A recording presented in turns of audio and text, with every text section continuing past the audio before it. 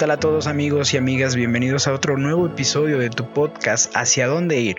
Yo soy tu amigo Osvaldo y espero que este episodio sea de tu agrado y te puedas llevar algo de todo lo que aquí se diga. Sin más, comenzamos. ¿Qué tal amigos? Bienvenidos a otro nuevo episodio de su podcast ¿Hacia dónde ir? En donde como cada semana trataremos de buscar un poquito el sentido de esa pregunta, muchas veces realizada y muchas más incomprendida, ¿hacia dónde ir?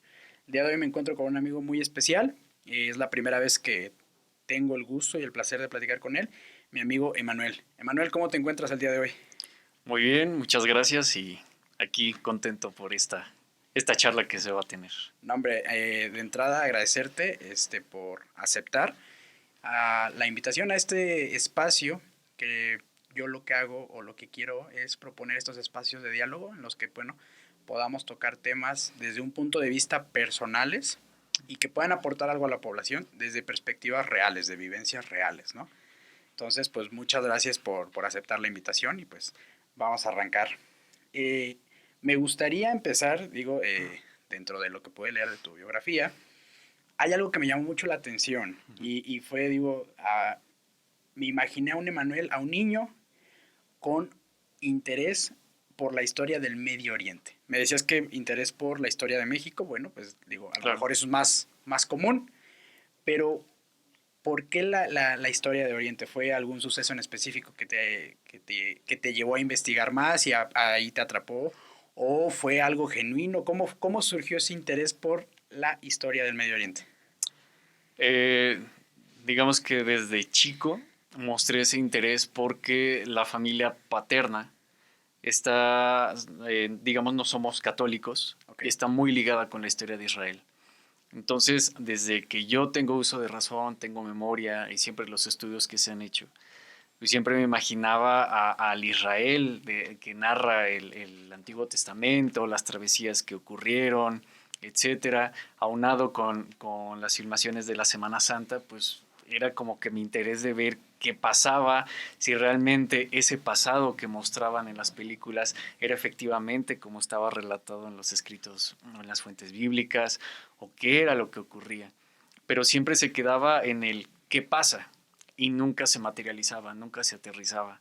Entonces, conforme pasó el tiempo, esa espinita de la historia del Medio Oriente no quedaba intacta, seguía latente, hasta que la universidad pues se materializó, porque es cuando me voy a Israel. Soy el primer veracruzano arqueólogo que logra llegar hasta el Medio Oriente en una estancia de investigación y que a la par hace una tesis profesional también allá, ¿no? Entonces, primera tesis profesional en la Universidad Veracruzana, en México, en esa temática que yo toqué, específicamente de un espacio religioso, y también la primera en esa temática en América Latina. Entonces, para mí fue como un boom. Ok, eso. O sea que digamos que algo que empezó, por así decirlo, como un interés, una curiosidad, ajá, acabó siendo pues uno de tus máximos logros, por así decirlo. Hasta el momento, sí. Hasta el momento, ¿no? Sí, sí, sí. Órale, digo, qué loco empezar con una pregunta que a mí se me hizo muy random, pero no, y eso se trata, ¿no? La verdad. Y creo que ahí responde a otro tema que es cómo surge tu gusto o tu interés por la carrera de estudiar arqueología. Uh-huh. Digo, ya más o menos entiendo cómo o por dónde fue, pero ya si quieres ahondar más y para poner en contexto a todos los que nos escuchan, nos ven, uh-huh, tú eres arqueólogo. Así es. Tienes dos posgrados, que especialidades, ajá, perdón, que es la arqueología bíblica, ajá, y la egiptología. Así la es. Egiptología, digo, muy general, es el estudio de lo que es Egipto, la cultura egipcia, uh-huh, ¿no? Pero bueno, ahí ya hilando tu curiosidad de esta historia del Medio Oriente con tus estudios, ¿cómo surgen? ¿Cómo se dan? ¿Fue ya la misma curiosidad que te fue llevando y te fuiste adentrando en ese mundo? ¿Cómo fue tu andar en esa parte de la universidad? Ya, el hecho o el detonante para que estudiara arqueología fue desde la primaria mostrar el interés por la historia como tal de México. Tuve muy buenos maestros que me enseñaron o impartieron historia. La secundaria y preparatoria fue exactamente lo mismo. Venía la problemática con los padres de por qué vas a estudiar una carrera que no te va a dar un sustento, etcétera, ¿no? Entonces yo buscaba otras alternativas más cercanas como la arquitectura, que se enfoca en la historia, construcciones, etcétera, pero yo veía que eso no te iba daba... para allá. Incluso estuve en el área técnica, o sea, ni siquiera estuve en las humanidades para que pudiera yo, digamos, estar en el entorno de la arquitectura.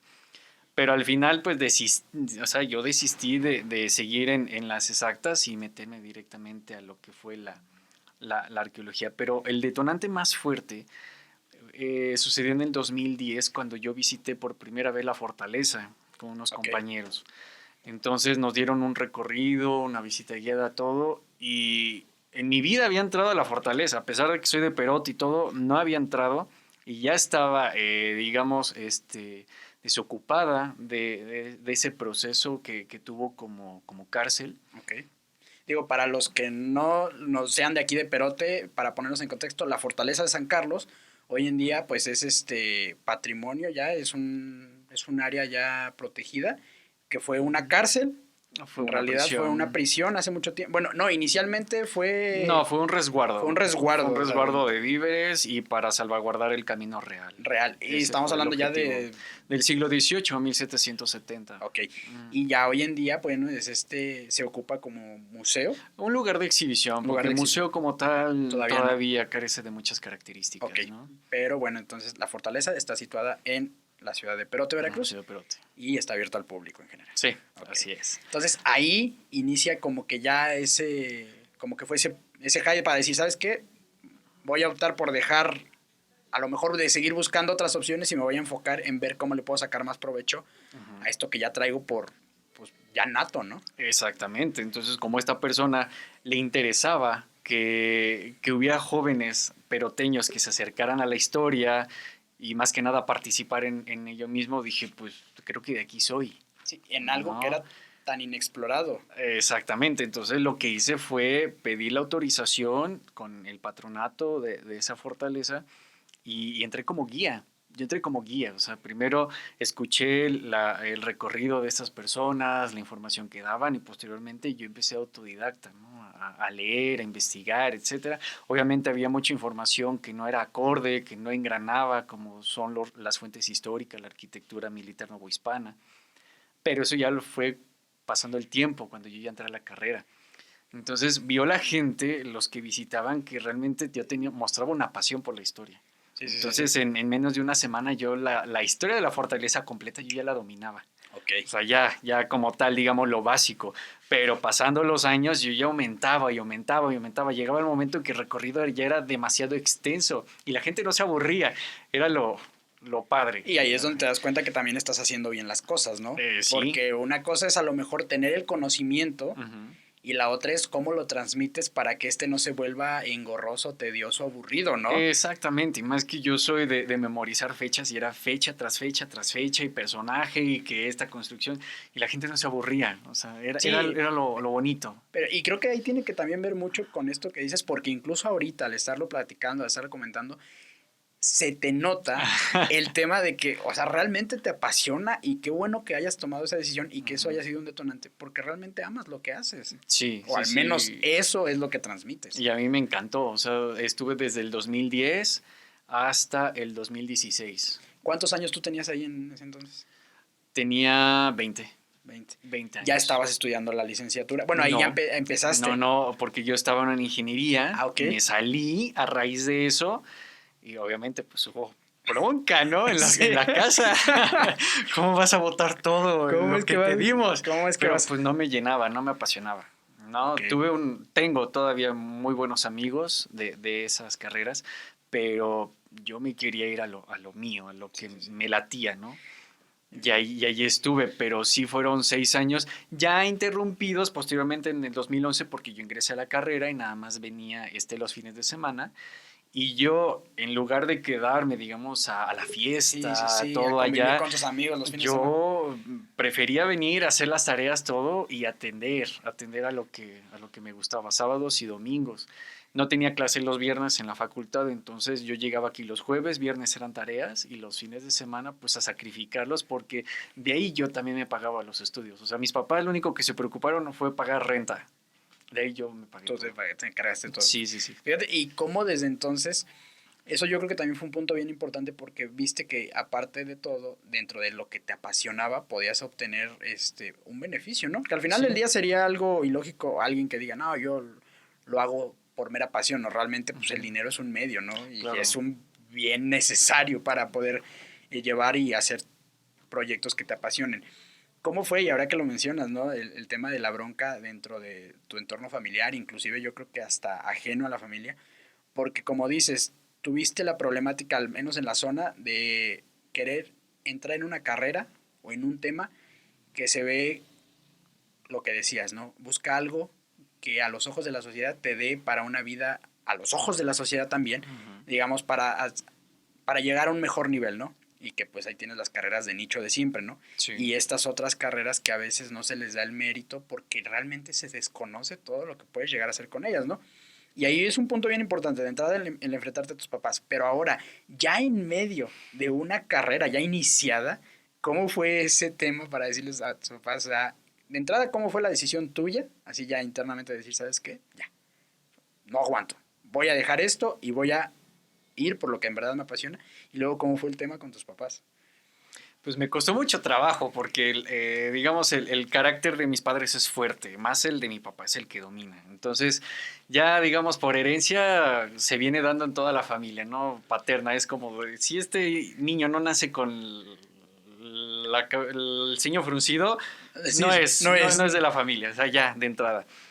Pero me costó que como 1 o 2 semanas, o sea, decidirme a explicarle a mis papás que yo ya me iba a dar de baja. Pero cuando yo les dije, yo ya me había dado de baja. O sea, ya realmente... Sí, o sea, saben que yo ya no voy a estudiar por esta situación. No, no me late, no me gusta. Yo ya estaba ahí adentrado en la fortaleza, tenía muy pocos días de haber ingresado. Y sí fue una discusión un poco fuerte. Más que nada mi papá, ¿no? Por todo lo que he invertido, lo que se te compró, todo. Pero pues es que no me llenaba. Y a lo mejor el cuestionamiento, ¿no? Si ahorita te saliste de esta, ¿cómo sé que no te vas a salir de la otra? Ajá, ¿no? y ya lo vas a tomar como un patrón de conducta después y va a ser lo mismo porque nada te va a llenar. Exacto. Y así fue, pero al final vio que realmente me gustaba.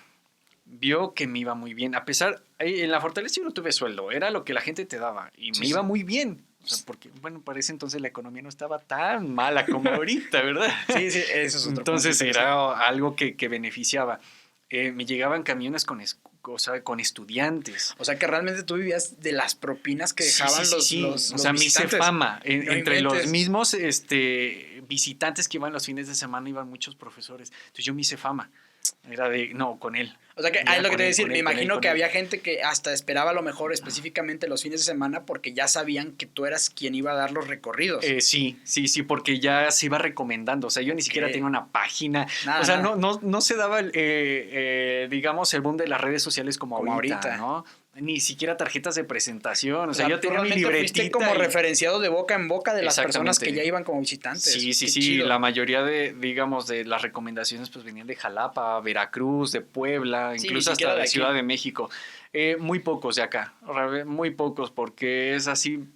Desgraciadamente tenemos esa conducta de que vemos a un joven y es como, pero el que te va a decir, ¿no? O sea, mejor vete con los grandes, los que ya sabemos, los que ya conocemos, los cuates. Entonces conmigo fueron un poco más alejados. Pero eso fue lo que vio mi familia, que me iba muy bien, que estaba yo ahorrando, etcétera.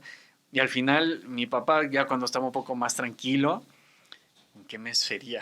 Yo creo que fue como por febrero. O sea, yo cuando les dije me voy de la carrera fue en septiembre. Okay. Y hasta febrero es cuando me preguntan, bueno, ¿qué vas a estudiar o a dónde te vas? No, pues yo me voy a arqueología. Ya que cerró los ojos, dijo, es la última que te apoyo. Y si no, ya es tu problema. Sabes. No, pues yo ya tuve un descanso, ya fue como, órale, me preparé para el examen, todo y quedé. ¿No? O sea, tuve, digamos, la dicha de quedar ahí.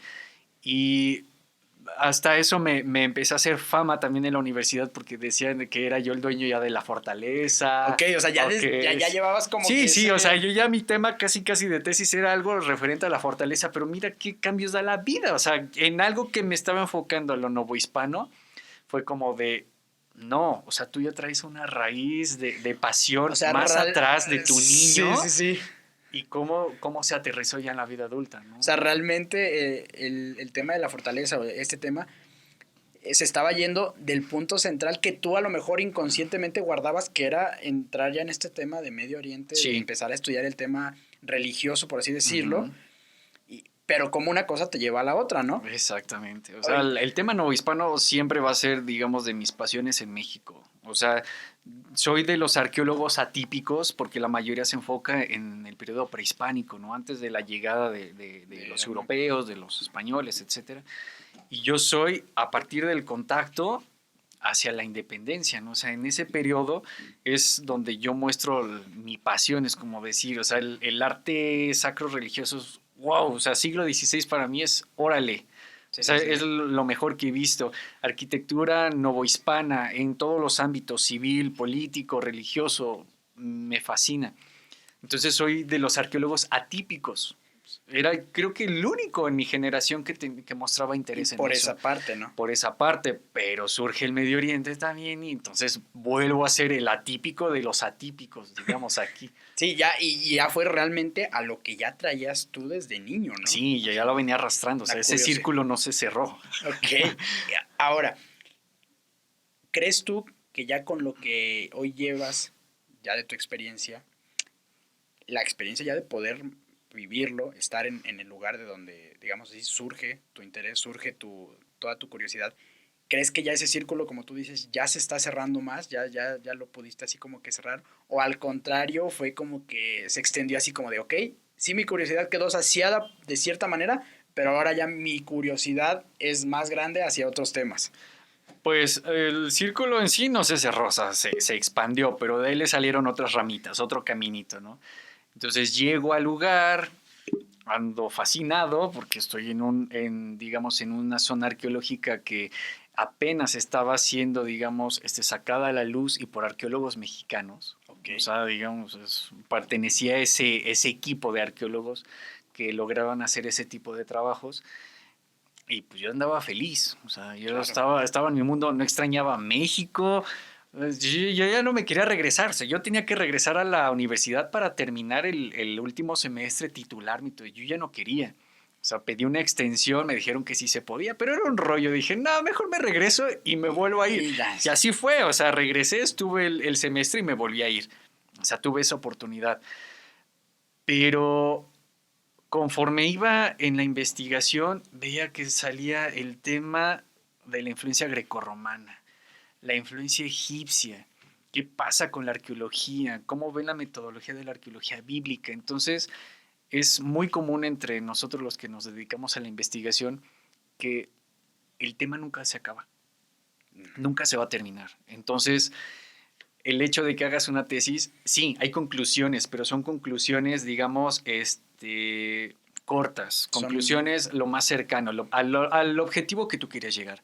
Pero te empiezan a salir más dudas. Sí, porque realmente investigas un micro en un macro de historia de... Sí, te tienes que ir de lo general casi a lo particular, ¿no? Entonces yo tocaba temas y temas y temas y temas. O sea, yo me tardé 3 años con la tesis. Ok. 3 años. Y agrégale uno del anteproyecto o el protocolo que le llaman, que me costó, pero también porque me exigieron demasiado. Me exigieron demasiado a mi directora de tesis y eso fue lo que me ayudó, ¿no? A exigirme a mí también y hacer un tema bastante llamativo e interesante, ¿no? Y que le pudieras, como dices, ¿no? Seguir sobre las conclusiones de ese mismo, ok, ahora investigar más cosas, ¿no? Investigar más. Órale, eso está bien chido. ¿Y cómo fue para ti? Digamos, ya en este tema, ya estudiaste, tuviste la oportunidad de Israel, regresaste a Israel.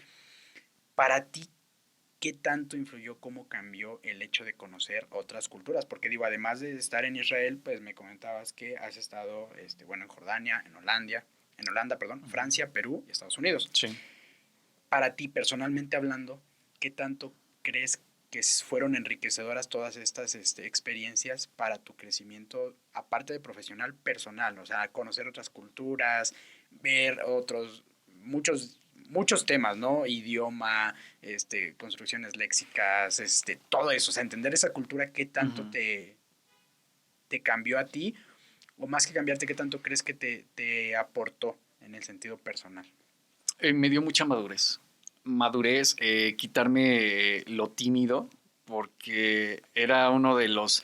O sea, yo en el momento que me aceptaron irme a Israel hasta la universidad, no me caía el 20. O sea, que me iba a ir allá, que iba a ser el primero en explorar, digamos, ese territorio como estudiante de la Veracruzana. Y en momentos sentí un poco de miedo, no en el sentido de que me iba a ir muy lejos y no iba a conocer mucho la zona, sino el miedo de tal vez perder el piso. Exacto. Es uno de los grandes temores. Cuando tú tienes un incentivo y un acervo cultural, aunado por la experiencia personal, por los viajes, por las amistades que puedas adquirir, digamos, los contactos profesionales en los que te puedes involucrar y que a la par te pueden jalar a un proyecto, ese era mi temor, perder el piso. Siempre he tenido la característica de que cuando la gente no me conoce en persona, dicen que tengo una perspectiva o proyecto como de un proyecto, esa imagen de ser una persona un poco soberbia o prepotente, que por mis facciones. Y ya cuando me conocen dicen, no, pues que no, nos llevamos un prejuicio, ¿no? Sí, Hicimos claro. un prejuicio de ti. Y es lo que tenía el temor de que ese prejuicio se hiciera Que se realidad. hiciera O realidad, sea, ¿no? que efectivamente así como me ve la gente sin conocerme, pues así me iba a volver. Y no, fue todo lo contrario, porque esa misma persona que me dirige la tesis me dio muchas lecciones de vida. O sea, de, no, Manuel, así no es. Tienes que aprender de estos también, de estas Okay. personas. Aquí, o sea, ella me fue dando, como se dice coloquialmente, mis Sí, cachetadas. tus tablas Sí, sí, que van sí, a ser buenas para para la decir, vida. no, no, no, así no, bájale aquí, es por acá, no te vayas por acá. Entonces, Ok, eso ok. fue lo que me ayudó, pero no, no, no, en ningún momento perdí el piso, en ningún Órale. momento. Y yo regresando a México, me empezaron a hacer más fama. O sea, yo ya tenía la fama de la fortaleza, de mis explicaciones, de lo que yo ya estaba haciendo ahí, pero me empiezan a dar mayor fama porque viene TV Azteca y me entrevista, Ok. porque oh, era el primero y todo. Entonces la gente ya me empezaba a ubicar más.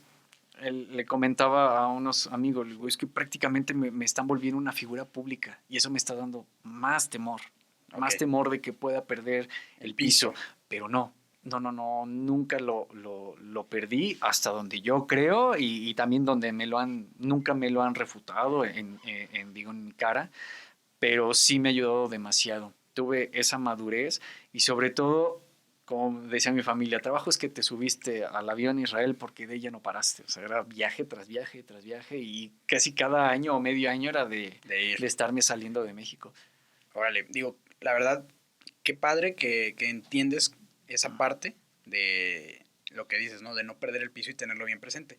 Porque hay quien no lo tiene ni siquiera presente desde un inicio. Y aquí es bien importante que tú, digo, de entrada, entender, quitar la soberbia y decir, oye, en todo este medio que yo me estoy metiendo, puede hacer que llegue a perder el piso. Sí. Por todo lo que ese entorno ya conlleva.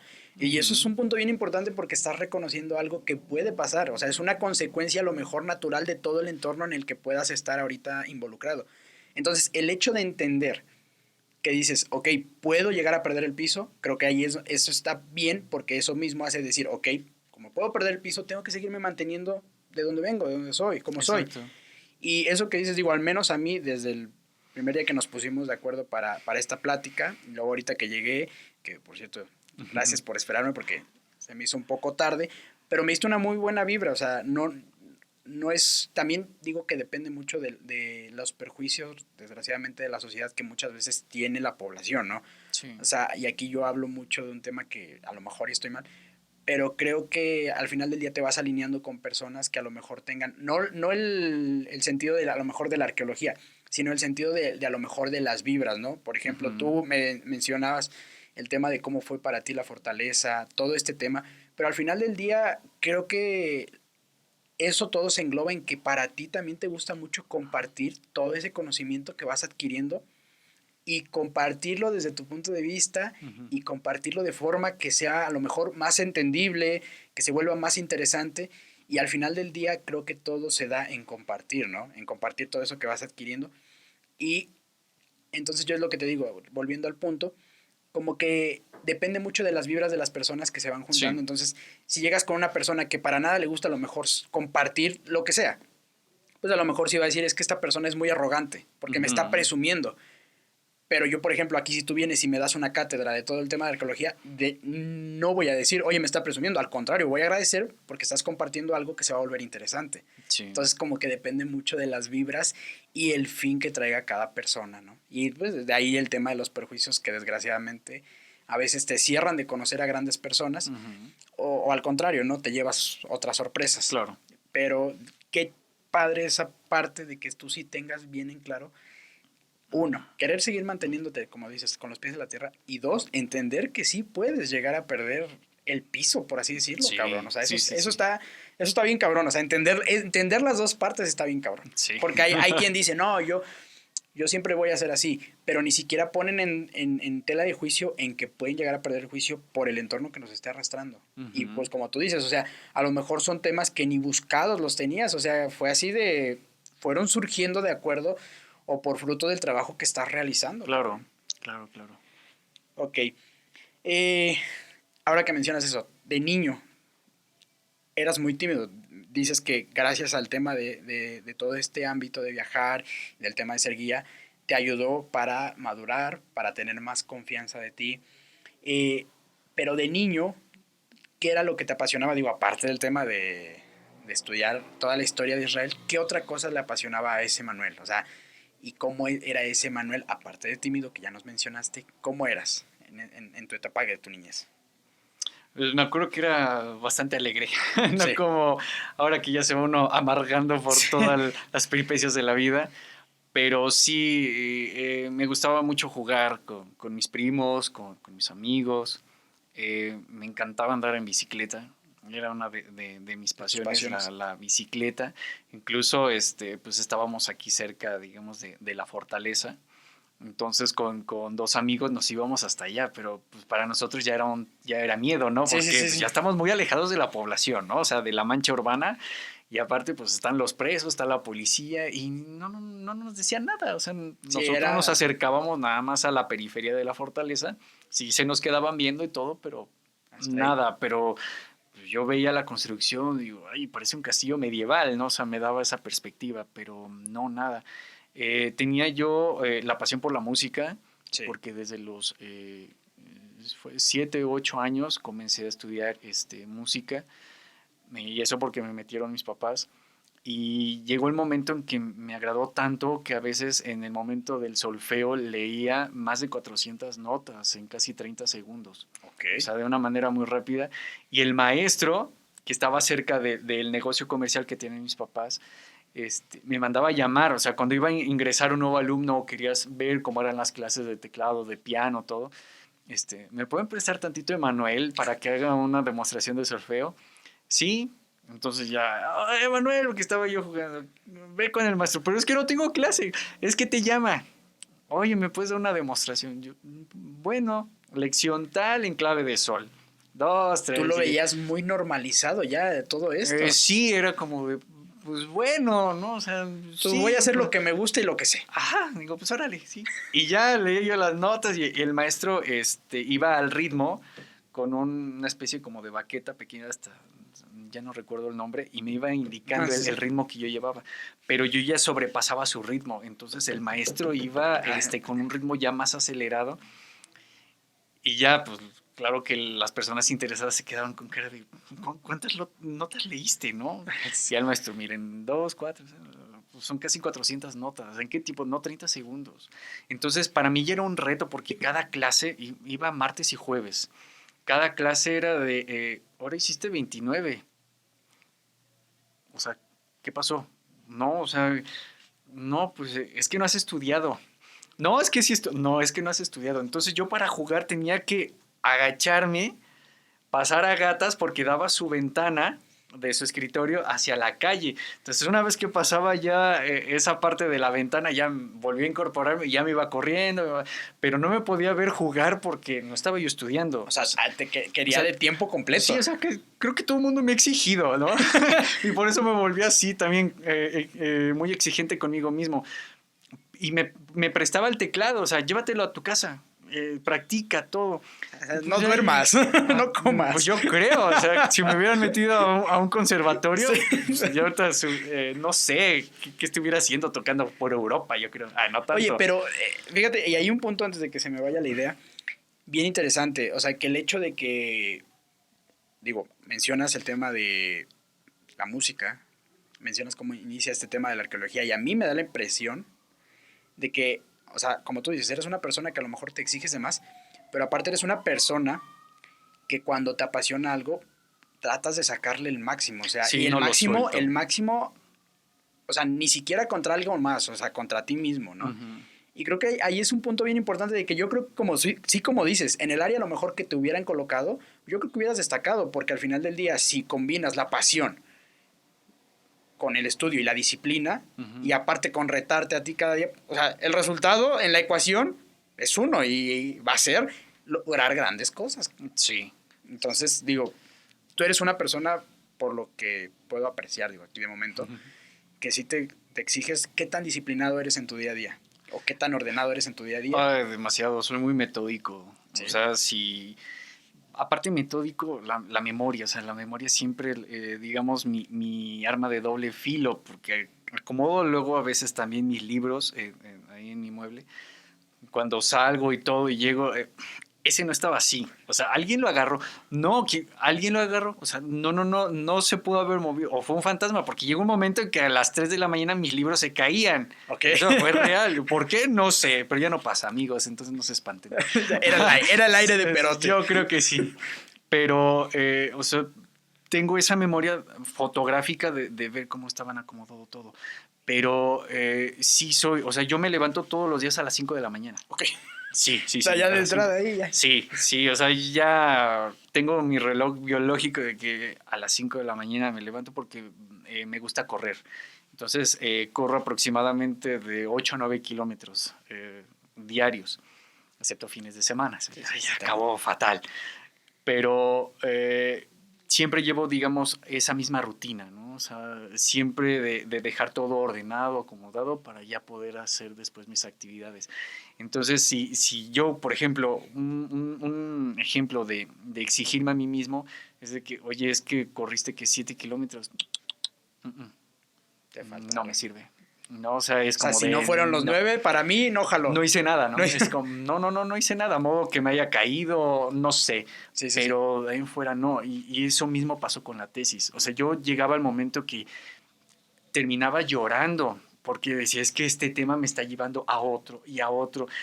Es que córtalo, es que no puedo. Sí, porque yo te sentirías incompleto. Ajá, le digo, es que tengo la necesidad de hablar de esto para que me pueda entender el lector, porque si no voy a comenzar con mis tecnicismos y ya no va a ser una información de divulgación general, etc. ¿Para qué te metes en ese tema? Decían mis papás. Ese es mi problema. Pero ve cómo estás sufriendo y todo. Es mi problema, pero fue lo mismo. Entonces, la directora al final me dijo, pues sí, me di cuenta de tu exigencia por el número de páginas de tu tesis, ¿no? O sea, fueron casi 400. Ok. Entonces sí fue eso, o sea, ahí podemos ver y es una clara evidencia de que efectivamente querías que el tema quedara bien explicado, ¿no? Sí, y aquí algo bien importante, y hablaba justamente hace como 2 episodios anteriores con una persona que también hizo una obra relacionada con el tema de la iglesia, pero fue una presentación de un libro de un obispo. Uh-huh. Y él dice que dentro de su obra él quiso hacer todo, o sea, desde escribirla, recopilarlo, todas las memorias gráficas, las fotografías, darle el sentido al libro y hacer también toda la edición, porque dice que él quería como que transmitiera, o sea, no sabía cómo, pero quería hacer que pudiera transmitir como él lo imaginaba, como él lo veía, y creo que en este caso tú con tu obra quieres o quisiste hacer lo mismo, o sea, transmitir toda esa claridad que tú decías. O sea, yo lo entiendo así y lo entiendo porque lo sé, pero yo quiero que tú, que no sabes a lo mejor del tema, lo entiendas como yo quiero que lo entiendas. Sí. Y ahí está bien cabrón, porque tienes que comprender un tema para poder explicarlo. Sí. Fíjate que yo toco mucho en este podcast que en ese proceso de aprender para enseñar, aprendes mucho más todavía. O sea, si tú estudias un tema, X, el que sea, para que lo entiendas tú, ok, aprendes algo. Pero si ahora lo estudias para que lo enseñes, aprendes cosas que ni te imaginabas. Cabrón. Sí. Para ti, no sé si aparte de la tesis has tenido algunas otras oportunidades, a lo mejor de compartir tus trabajos o a lo mejor de, no sé, impartir clases, etcétera, que te permitan como ese proceso de, ok, ya sé algo de la carrera, ya sé algo de mi licenciatura, pero ahora lo tengo que reaprender para poder enseñarlo o compartirlo. Sí, me he desempeñado como conferencista y eso fue también en mi proceso de universitario, dando temas de Perote, en ámbito histórico, social, cultural, la fortaleza específicamente, otra vez lo vuelvo a tomar. Y una vez ya titulándome, sí tuve más oportunidades de ya estar en este ejercicio de las conferencias, ¿no? Porque, digamos, es la manera en la que tú expones tus temas o tus conocimientos, pero de una manera directa, ¿no? O sea, te la estás explicando al público. Y porque, desgraciadamente, como sociedad mexicana, cuesta trabajo la lectura, ¿no? Todos tienen esa pasión o como que ese interés por, digamos, explayar su léxico, nuevas palabras, una capacidad de entendimiento mucho más fluida. O sea, estamos todavía como que muy rezagados en ese aspecto. Y las conferencias la vi como una manera pues bastante interesante de proyectarlo. Y fue lo que me ha ayudado, ¿no? O sea, hacer estas conferencias y en temas más, digamos, actuales he dado hasta ahorita 3 conferencias de arqueología bíblica, hablando del espacio de culto en el judaísmo antiguo, que es en lo que yo hice mi tema de tesis, ¿no? De una sinagoga, que es un espacio de culto del judaísmo, pero del siglo I. Entonces, ver sus etapas de construcción, en qué años fueron, etcétera, las funcionalidades y tipologías que llegó a desempeñar. Y dije, pues esto es lo mío, ¿no? La parte de los espacios de culto, pero visto desde la antropología, la historia y sobre todo la arqueología y la religión. Que ahí tocas, o sea, tan solo por el hecho de lo que estás mencionando, tocas, o sea, cuestiones bien cabronas, por así decirlo, porque, o sea, es entrar a un tema de la raíz de la religión, ¿no? Sí. O sea, entender cómo era, entender a su vez cómo era la cultura, cómo eran las personas, por qué se daban así las construcciones, o sea, todo eso tiene un porqué, o sea, el hecho de que hoy tengamos esa estructura y que sea así cuadrada con una ventana, que esté estructurada para una cabina, pues te habla de por qué, o sea, el proceso. Entonces, ahora poder a través de estas piezas con las que tú te encuentras ir descifrando cómo eran las personas, cómo era su funcionamiento y el por qué, debe de ser bien interesante y debe ser así como, pues ahora sí como encontrar un hilito y entonces empezar a tirar y te das cuenta que, como tú dices, o sea, es algo que no se acaba. Sí, y era un tema, digamos, delicado y complejo porque en mi tesis, digamos, es la antítesis de las conclusiones de la Autoridad de Antigüedades de Israel. O sea, los arqueólogos decían, no, es que la entrada de la sinagoga es por el lado del oeste. Y así de, no, es en el sur. Por esto y el otro, según la tesis. Y porque la arqueología y porque la evidencia de la traza urbana me indica esto y el otro.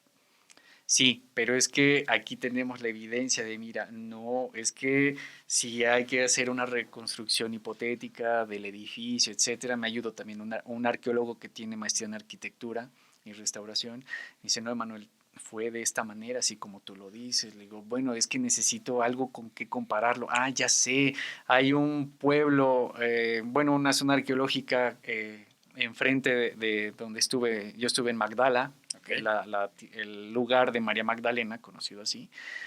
Dije, no, pues aquí está otra zona arqueológica, tiene una sinagoga que es del siglo I también.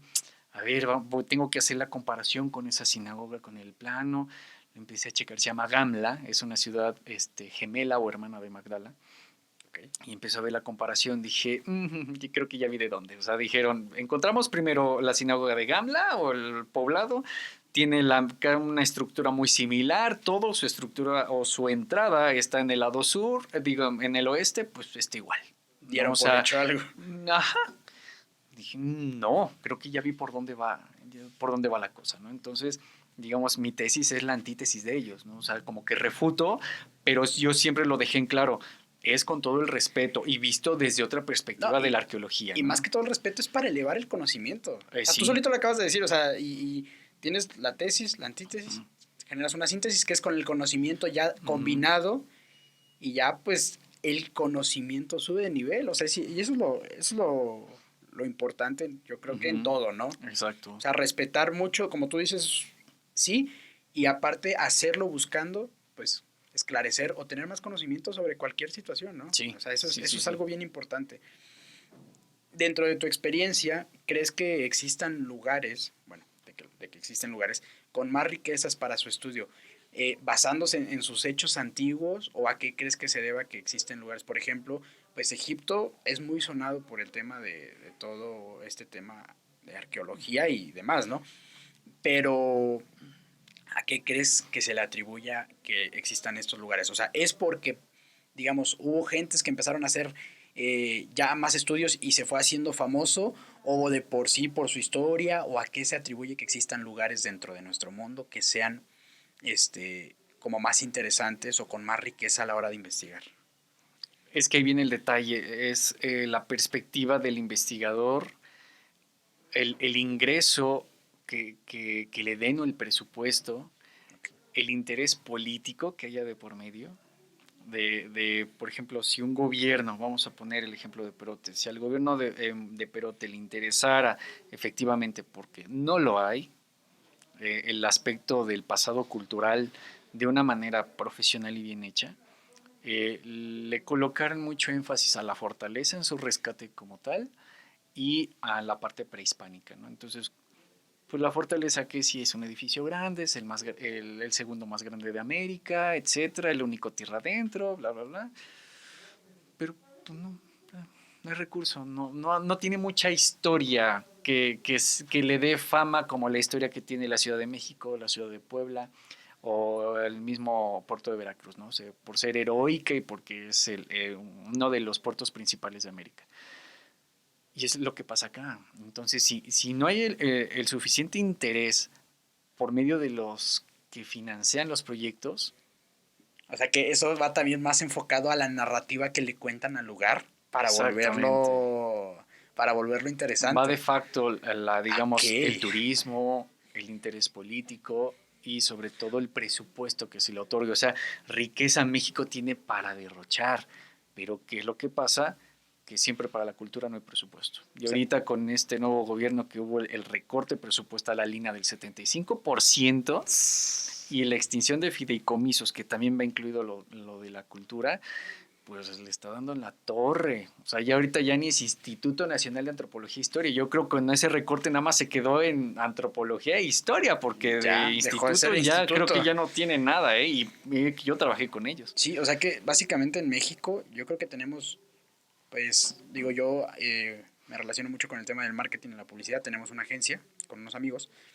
En México veo que tenemos demasiados buenos productos, pero los tenemos mal publicitados. Demasiado. No le hemos contado, como tú dices, una buena narrativa que genere esta curiosidad. Digo, ahí tenemos las narrativas que hay de Egipto que hasta pues cuentan que pudo ser cuestiones de seres extraterrestres, otras que hubo. O sea, te cuentan esas narrativas o se van creando esas narrativas que no sé de dónde venga el origen, pero que al final del día, como tú dices, hay personas de otros lugares del mundo que pues en su mente lo que quieren hacer es, ya pensando en esto, pues ir a estudiar esos lugares, ir a estudiar esos lugares. Así es. Digo, por ejemplo, ahorita que mencionabas que tú estuviste en la tierra de Magdalena, para alguien que creció con la curiosidad de este tema religioso, primera, segunda, ya toda la historia que lo envuelve, que pues es toda la narrativa bíblica de toda esta historia de que bajó el Hijo de Dios, hicieron todo este tema,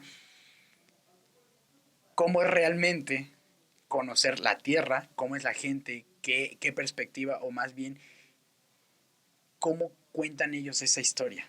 Tú que ya la pudiste vivir desde el... O sea, como que ya es ir a conocer el mito, por así decirlo. Dentro de toda esta cultura, me imagino que debe de haber como que un trasfondo más que el que nosotros conocemos. O sea, ya estar en Israel, estar en esas partes, ¿cómo fue o cómo tú ves a las personas, cómo tú ves que toman esta parte de esta historia que se cuenta?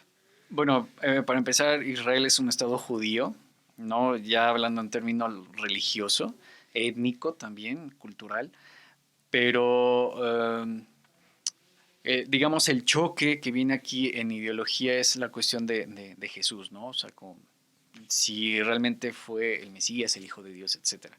O sea, en ningún momento se niega su existencia. O sea, sí existió, están en varias fuentes históricas ajenas a lo bíblico religioso, donde mencionan a un tal Jesús que estuvo predicando, etcétera. Entonces tú les preguntas digamos, arqueólogos judíos, ¿no? Pues sí, Jesús sí, o sea, sí, pero o sea, no es relevante. Para la arqueología no es relevante porque lo que queremos es evidencias, ¿no? Y pues, ¿dónde está la evidencia de Jesús, no? O sea, el guarache o parte de la túnica, o sea, pues no la hay, ¿no? Y así vamos a ver de otros personajes que pues, si la narrativa dice que murió, resucitó al tercer día, estuvo 40 días todavía en la tierra y después ascendió al cielo, pues, ¿a dónde vemos, no? ¿En cuál nube? O Sí, sea, no, para registrarlo. no tienes nada no. cuestionable, por así decirlo. No tienes nada que cuestionar, ningún elemento para poder cuestionar. Pues no, o sea, se queda, digamos, es que desgraciadamente la narrativa bíblica se convirtió en el dogma. Entonces, como es dogma, no puedes cuestionar porque pues estás pecando, ¿no? O sea, contra el dogma. No, o sea, pero dices, bueno, ¿y por qué no puedo? Tenemos libre albedrío, mientras no me desfase, no me vaya a otros lares, pues yo como arqueólogo tengo que cuestionar, y si estoy especializado en la arqueología bíblica, pues por ende, ¿no? Todavía mayor mucho razón. más lo tengo que hacer. Pero, o sea, no, o sea, Jesús es el tema, pero un personaje histórico, un tema religioso no pesa tanto. Porque o sea, que pesa más como hecho histórico. Como hecho histórico, o sea, sí fue un personaje, predicó todo, sí, murió a raíz de estos sucesos, pero pues hasta ahí, ¿no? Es otro personaje más de la historia de Israel. Pero pues tú llegas allá, yo ya tenía mucho acercamiento con personas judías, entonces para mí no era nada ajeno. O sea, yo ya estaba, digamos, inmerso en ese mundo, en esa cultura, entonces por eso no me fue nada extraño, nada ajeno, y yo lo vi totalmente normal, ¿no? O sea, cómo es, digamos, la interacción cultural. Sí, obviamente vas a ver los choques árabes con los judíos, es algo normal, un tema bastante complejo de explicar también. ¿En tu instancia te tocó alguna situación así, de que digas, sí? El terrorismo sí fue en el 2014 con los misiles que apenas ocurrieron nuevamente del grupo terrorista Hamas. Sí me tocó, íbamos de Tel Aviv hacia Jerusalén, de momento sonaron las alarmas. O sea, pero pues, como ya tenía conocimiento del hebreo, iba con unos compañeros y les digo, ay, creo que dicen que alarma, por que estemos alerta.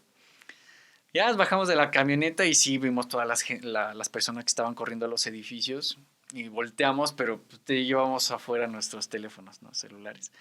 Y de momento empezamos a ver cómo venían los misiles de Hamas y sale el Iron Dome de Israel, que son los otros misiles que los interceptan y los destruyen.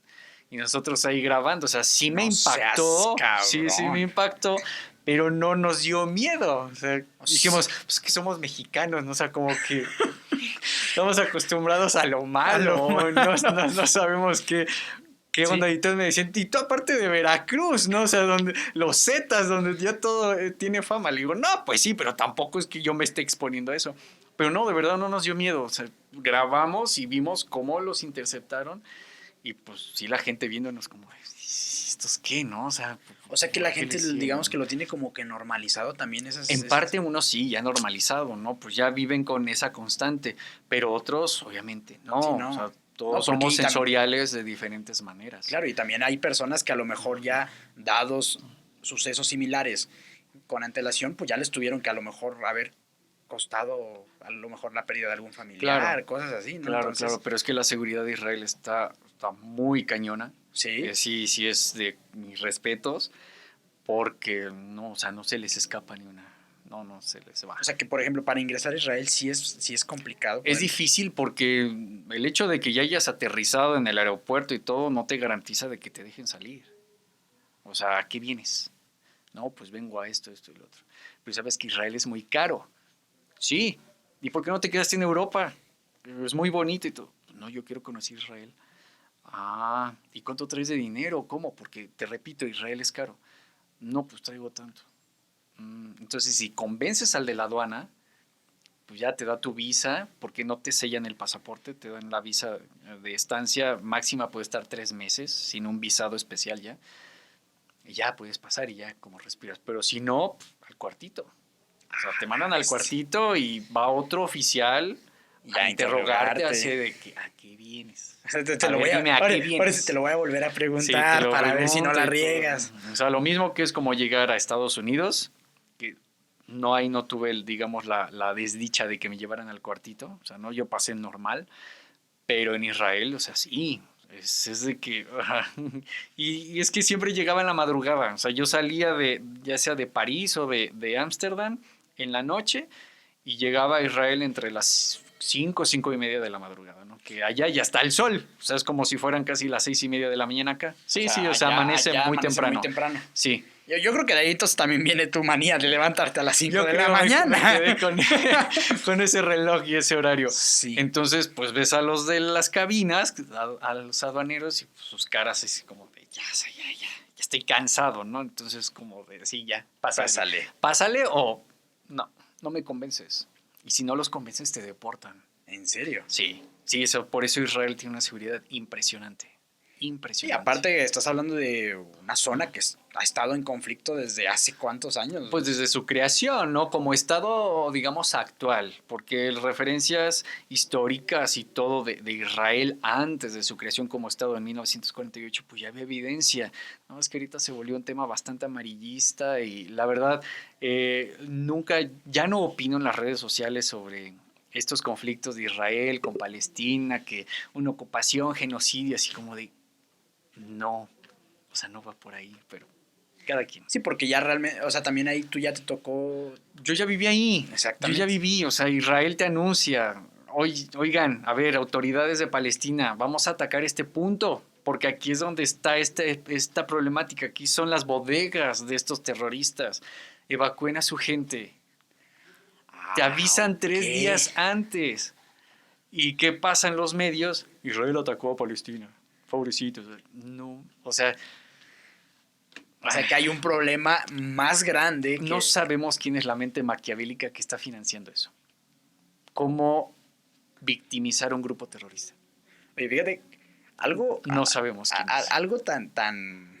Y a lo mejor... Que afortunadamente no monetizamos todavía estos videos para que no tengamos problemas con todos los puntos que estamos tocando, que la verdad son bien interesantes, cabrón. O sea, conocer esa perspectiva de que tú digas, es que no es así como lo están planteando. O sea, ¿y cómo es ese choque? O sea, como esa cachetada así de cuando tú vienes de Israel, que a lo mejor tú viste allá cómo está el tema, y llegar acá y que veas cómo están contando la historia cuando tú estuviste ahí.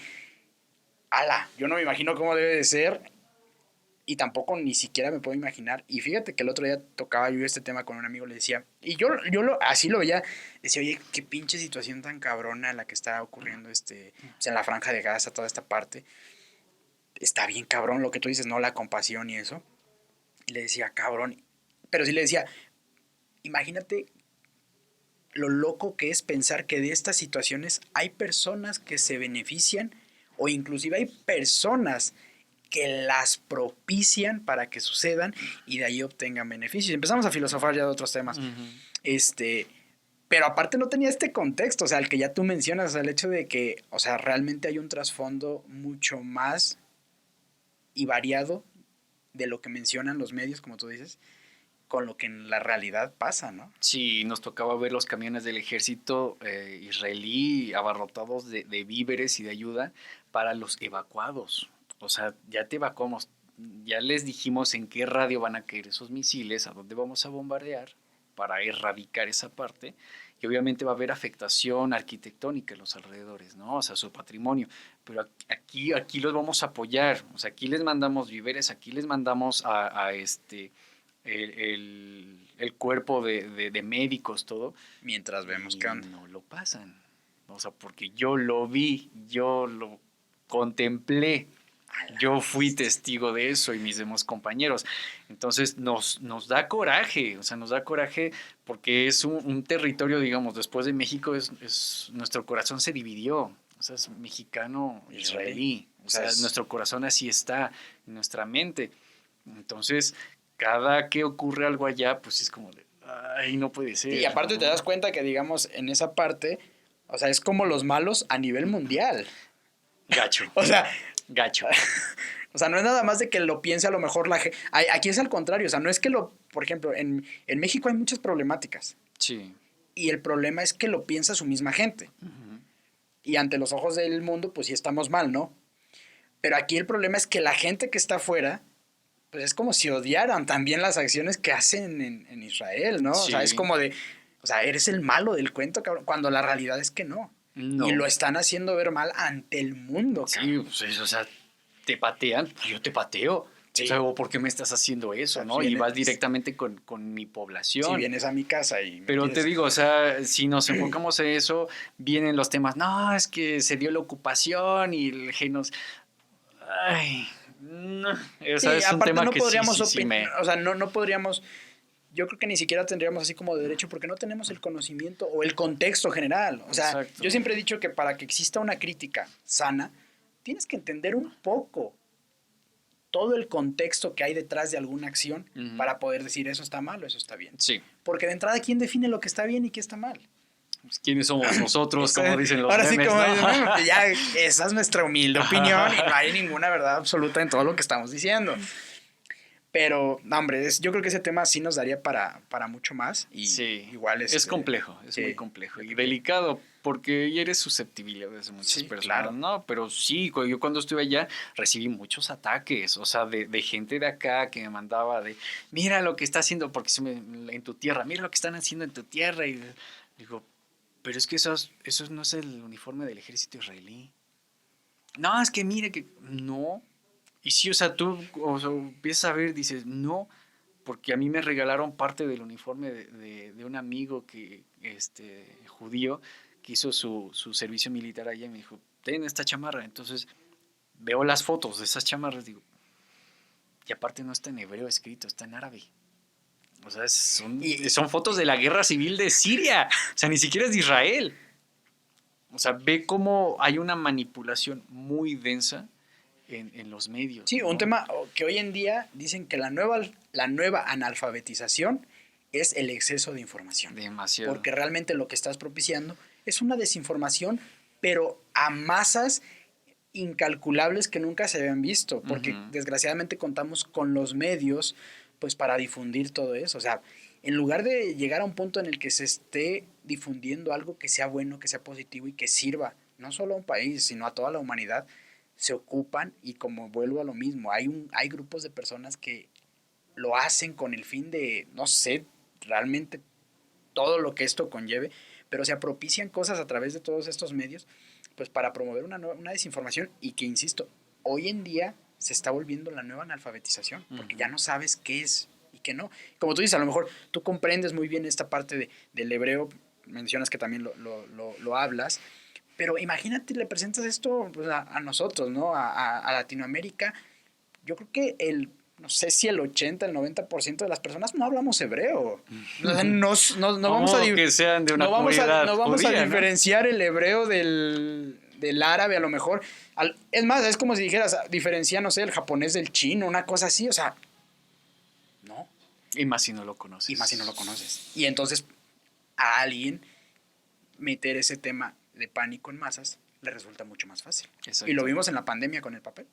Alguien compró mucho papel, alguien no supo para qué, pero también compró, y de repente todo el mundo compraba papel. Y entonces ahí tenías que los supermercados, donde fuera, todavía había gel antibacterial, todavía había cloro, pero ya no tenías papel.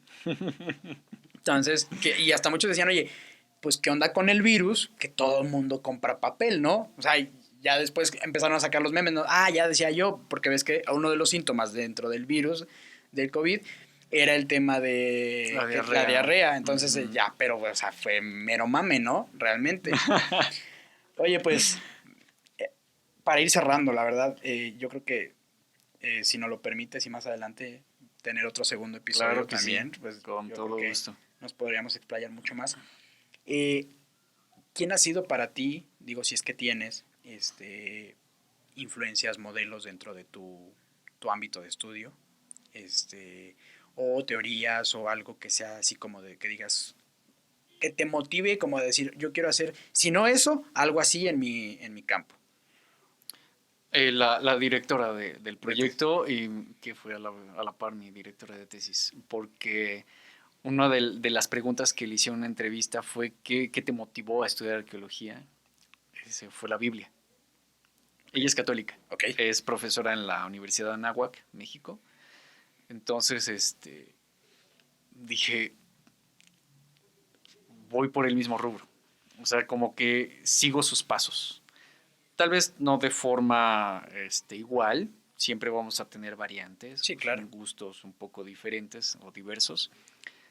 Pero Marcela Zapata Mesa es como que esa motivación o esa inspiración para decir, si ella pudo, siendo la primera mujer en la historia de la arqueología que dirige un proyecto en Israel, dije, pues, ¿qué no puedo hacer yo también? No viéndolo porque sea yo hombre y ella mujer, no. O sea, si ella pudo y le echó muchas ganas y es bastante disciplinada y muy exigente, demasiado exigente, pues con esas tablas, ¿qué no puedo lograr, no? Sí, y aparte, exactamente, o sea, como que ya traes también como que ese empujoncito de que te venga diciendo, por ahí sí, por ahí no, lo que decías al principio, ¿no? Sí, entonces ellas creo que en el campo profesional es mi mayor inspiración y motivación. O sea, le tengo un respeto y admiración que digo, ay, Marcela, ¿no? O sea, de plano, porque estás muy densa. Cuando ella me invita a hacer una conferencia de una zona arqueológica que dirigí, que fue, digamos, mis últimos proyectos acá en México, fui director de zona en Guanajuato, en Victoria, de una zona arqueológica de pintura rupestre, y ella fue en septiembre, sí. Y le encantó, o sea, yo le expliqué todo la zona arqueológica, le encantó, dice, quiero que me des una conferencia para la universidad y para el Centro de Investigaciones en Culturas de la Antigüedad, que es donde colaboro ahorita. Yo cuando me dijo eso sentí así escalofrío porque dije, no, o sea, tener a Marcela de ponente, no, y sus cuestionamientos que estaban bien rudos, dije, pero yo me hice el macho y dije, sí, cuando quieras, nada más dime, dije, tiene tantas ocupaciones que no creo. Eso fue un sábado, al otro día tenía yo, oye, necesito que me mandes el resumen de cómo sería esto, una foto de tal, bla, bla. Dije, no estaba en serio. O sea, no era mame. No, digo, ya va en serio. Y sí, en octubre lo hicimos y tenía yo muchos nervios porque dije, me siento casi como en mi examen de titulación, ¿no? O sea, tenerla ahí y que me esté viendo y todo, pero como esto fue a distancia, o sea, por medio del Zoom y del Facebook. Sí, ya quieras o no, como que te quita tantito. Quita tantito, pero dije, en el momento que vengan las preguntas, yo sé que me la va a dejar caer y bonito, porque ya la conozco. Y porque aparte sabe del tema. Pues sí, es arqueóloga, ¿no? Y sí me cuestionó, pero pude responderle todo, entonces yo también me sentí alivianado. Y dije, pues que es la náhuac, y hay más investigadores, y hay más arqueólogos, más historiadores. Y sí, o sea, me llegaron preguntas un poco fuertes, pero las supiste manejar. No supe manejar, dije, fue gracias a ella. O sea, me ha enseñado mucho. Pues Marcela, si nos estás viendo, escuchando, un saludo desde Perote. Gracias. Ok, ¿qué más? Ahorita, ¿cómo ves al Emanuel en 5 años?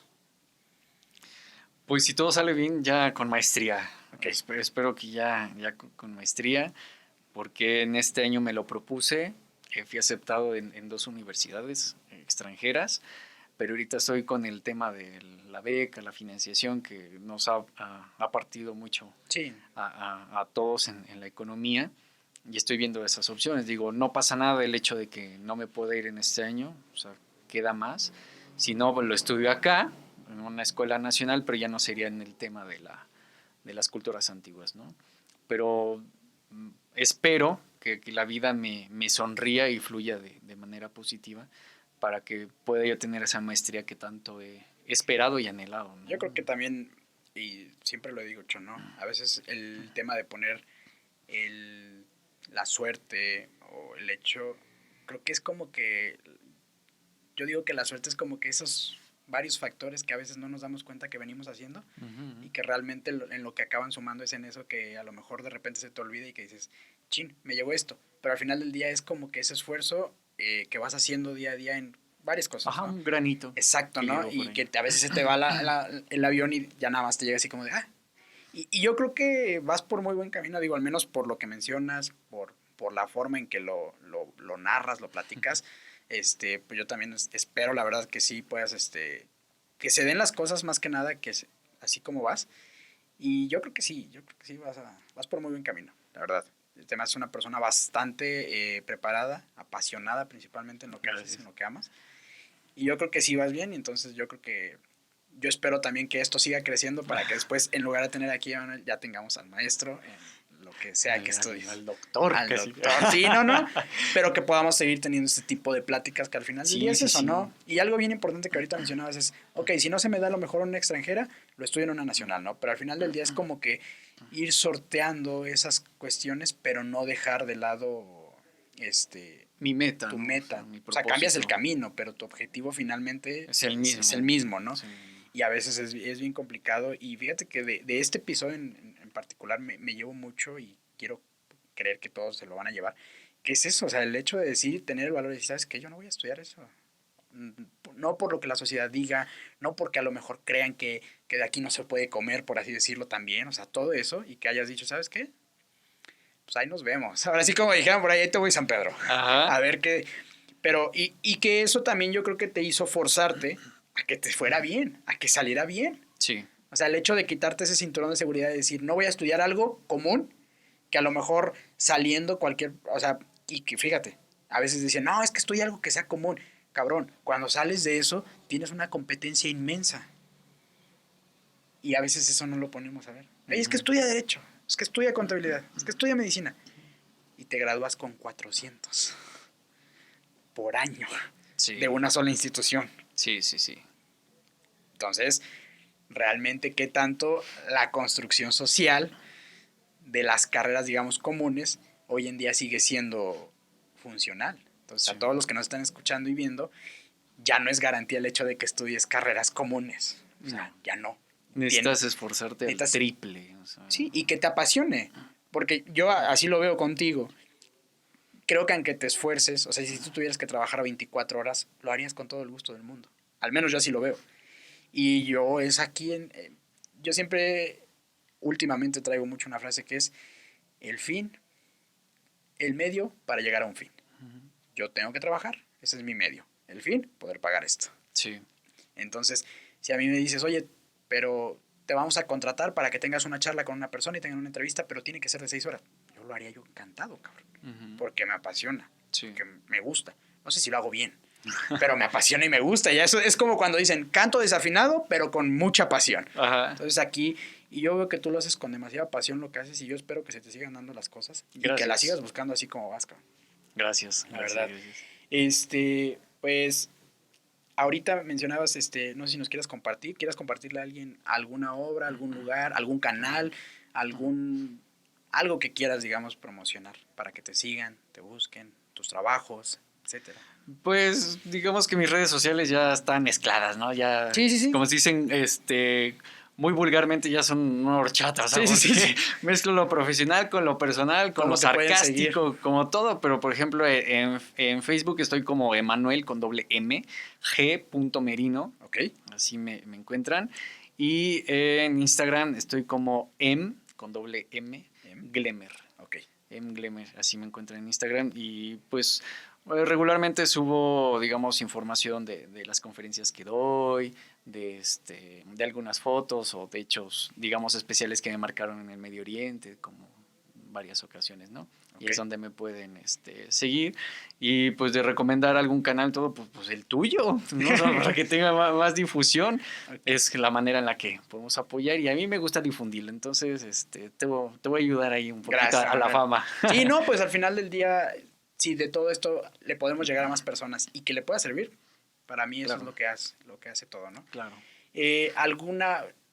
Siempre al final pregunto, y te lo voy a preguntar, ¿alguna frase que para ti te haya marcado, de algún autor, de alguna obra, de alguna canción, de algún comercial, etcétera? ¿Alguna frase que para ti te haya cambiado el sentido de ver la vida a lo mejor y le haya dado otro enfoque que tú hoy quisieras compartirnos? Digamos que nada de lo comercial, ni de literatura, nada, siempre ha sido la frase que utiliza mi papá. Las cosas siempre pasan por algo. Okay. Siempre. Entonces, si algo no te salió bien, no lo veas de forma negativa, sopésalo, ve el pros y contras, y sobre eso vas a obtener la respuesta. No al instante, va a ser mañana, pasado mañana, un mes o hasta el año. Entonces, digamos que la frase que siempre me ha marcado, las cosas pasan por algo. O sea, Ok. digo, me voy... Y se notó bien cabrón ahorita que dijiste lo de la maestría, lejos, ¿eh? o sea, lejos de si es de un autor, de una canción, todo, pero siempre me lo ha dicho y siempre me lo recalca. Dice, Manuel, tienes 30 años, las cosas pasan por algo. Y así dice, sí. Sí, tienes razón. Así, o sea, al momento digo, sí, pero ya después, digo, no, pues sí, o sea, sí, tienes razón. No, y me queda claro que lo llevas muy presente porque ahorita como manejas el tema de la maestría, dices, si se me da, lo haré ya, y si no, lo haré en una de acá. Cambiaré a lo mejor el tema, pero al final del día como que sí tienes bien presente y creo que eso lo tendríamos que tener presentes muchos, porque creo que a veces a lo mejor vas en un andar, ¿no? Y a lo mejor vas obteniendo, por así decirlo, todas tus victorias de lo que te vas proponiendo. Y en el momento que no obtienes una, hay muchas veces que conozco personas que ahí se han quedado. El hecho de, ok, iban bien y en el momento que algo no les salió bien, Se ya estancan fue y se tan grande el frustran. golpe que la frustración les ganó y ya no encontraron motivación y nada para seguir. Sí. Entonces, pues, a todos los que nos están viendo hasta el final, los que nos escucharon, las cosas pasan por algo. Y si están aquí viendo o escuchando, es por algo, porque se tenían que llevar esta frase que es bien importante para nuestro día a día y que espero que les pueda seguir ayudando a generar un criterio más a la respuesta de la pregunta muchas veces realizada y muchas más incomprendida hacia dónde ir.